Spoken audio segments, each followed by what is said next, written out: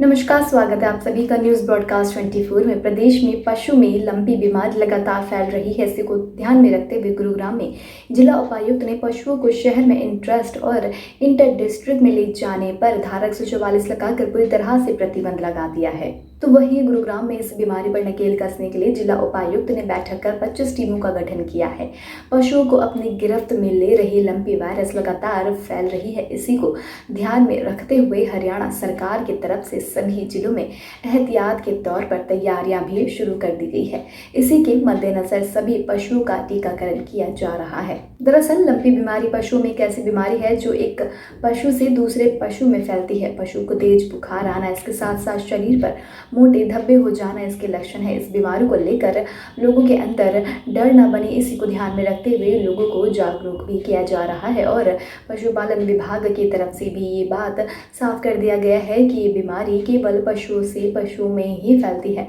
यदि कोई पशु इस बीमारी के चपेट में आ जाता है तो उसका दूध इफेक्टिव तो होता है, लेकिन उसे उबाल कर पीने से इस बीमारी के कीटाणु खत्म हो जाते हैं। लेकिन पशुपालन विभाग की तरफ से लोगों से भी अपील की गई है कि यदि किसी भी पशु को ये लक्षण नजर आ रहे हैं तो इसकी जानकारी तुरंत पशुपालन विभाग को दी जाए और उस पशु को दूसरे पशु से अलग बांध दिया जाए।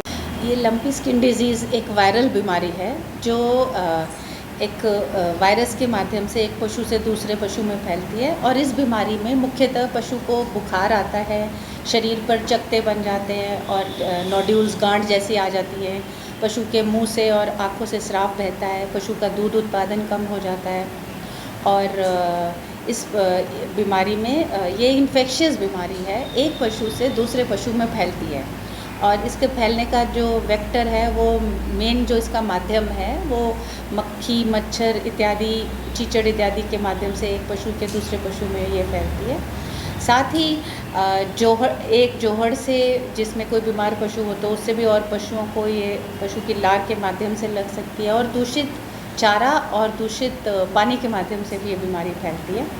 पशु सेवक के माध्यम से भी ये बीमारी, अगर कोई पशु सेवक जो है बीमार पशु की देखरेख कर रहा है और वो बिना किसी सैनिटेशन के, बिना साबुन पानी से हाथ धोए दूसरे पशु को टच करता है, दूसरे पशु के संपर्क में आता है, उसके माध्यम से भी ये बीमारी एक पशु से दूसरे पशु में फैल सकती है।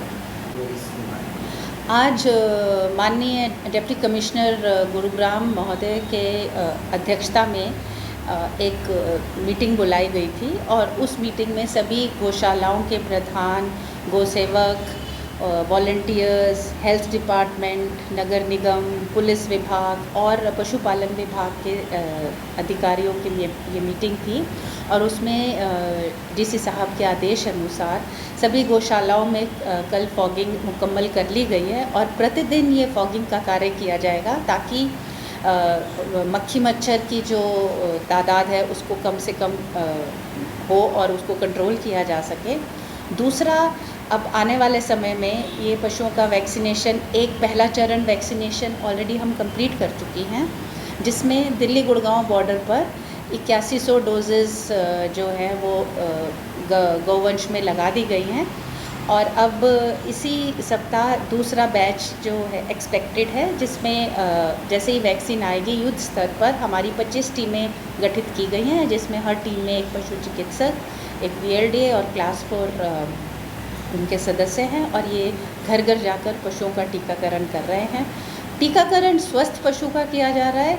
यदि कोई बीमार पशु की कोई रिपोर्ट आती है तो उस स्थिति में वो एक इन्फेक्टेड एरिया घोषित किया जाएगा। में जैसे ही वैक्सीन आएगी युद्ध स्तर पर हमारी 25 टीमें गठित की गई हैं, जिसमें हर टीम में एक पशु चिकित्सक, एक VLDA और क्लास 4 उनके सदस्य हैं और ये घर घर जाकर पशुओं का टीकाकरण कर रहे हैं। टीकाकरण स्वस्थ पशु का किया जा रहा है। यदि कोई बीमार पशु की कोई रिपोर्ट आती है तो उस स्थिति में वो एक इन्फेक्टेड एरिया घोषित किया जाएगा और उस एरिया का 5 किलोमीटर का जो दायरा होगा वो इन्फेक्टेड जोन घोषित करके रिंग वैक्सीनेशन के फॉर्म में बाहर से अंदर की तरफ ये टीकाकरण किया जाएगा। फ़िलहाल कोई केस रिपोर्टेड नहीं है।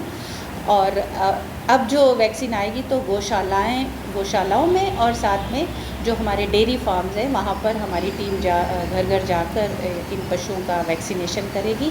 साथ साथ हम अवेयरनेस प्रोग्राम्स कर रहे हैं। गाँव में आज डीसी साहब ने आदेश दिए हैं कि सभी गाँव में मुनादी करवाई जाए और पशुपालकों को ये सूचित किया जाए कि वो कोई भी पशुओं की खरीद फरोख्त ना करें। आगामी आदेशों तक बाहर से कोई भी पशु अपनी पशुशाला में नया पशु न लेके आएँ और अपने पशुओं को सुरक्षित रखें। धारा 144 के तहत इंटर स्टेट इंटर डिस्ट्रिक्ट दोनों तरह की पशुओं की मूवमेंट बिल्कुल बंद कर दी गई है। अब किसी भी और ज़िले से या किसी भी और स्टेट से पशु हमारे ज़िले में नहीं आ सकता और ना ही यहाँ से कोई पशु बाहर जाएगा। साथ ही गुड़गांव में भी सभी गौशालाओं को भी आदेश दिया गया है कि अभी बाहर से कोई पशु अपनी गौशाला में प्रवेश ना करने दें, क्योंकि हो सकता है ऐसा कोई पशु जो इंक्यूबेशन स्टेज में हो। इंक्यूबेशन स्टेज में पशु के शरीर में लक्षण नहीं आते तो बाहर से देखकर नहीं पता चलता कि ये पशु बीमार है, तो ऐसे पशु को अपनी पशुशाला में एंट्री न करने दें। और साथ ही यदि उन्हें किसी पशु में इस तरह की बीमारी का संदेह होता है तो तुरंत अपने नज़दीकी पशु अस्पताल में पशु चिकित्सक से संपर्क करें और उस पशु को तुरंत आइसोलेट करके अन्य पशुओं से अलग बांध दें।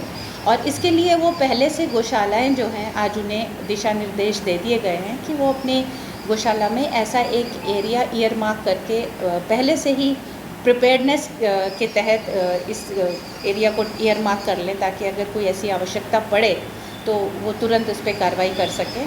साथ ही यदि किसी पशु की इस बीमारी में मृत्यु हो जाती है तो उसके लिए भी उसके जो डिस्पोज़ल किस तरह किया जाना है, बड़े ही साइंटिफिक तरीके से 10 फुट का गड्ढा खोदकर उसमें पशु की जो बॉडी है वो यूं की यूं अंदर समाधि दी जाएगी। उस पर 10 सेंटीमीटर मिट्टी की लेयर, उसके ऊपर चूने की लेयर, फिर मिट्टी, चूना और सबसे ऊपर नमक की लेयर लगाई जाएगी।